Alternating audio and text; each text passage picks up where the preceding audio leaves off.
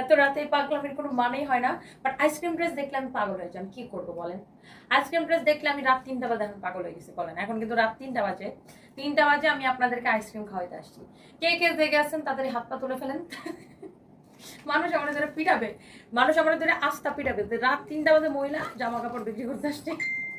আচ্ছা যাই হোক, রাত 3টা বাজে যারা যারা আইসক্রিম খেতে চান জাগুন, উঠুন, জাগুন জাগুন উঠুন, আইসক্রিম চলে আসছে।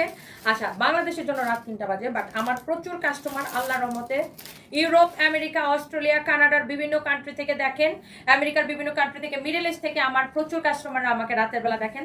আপনাদের জন্যই আমি এত রাত্রির কালে ঘুম টুম বাদ দিয়া, জামাইয়ের সঙ্গ বাদ দিয়া, পরিবার পরিজন বাদ দিয়া আপনাদের জন্য আমি এত কষ্ট করি এত রাত্রির কালে।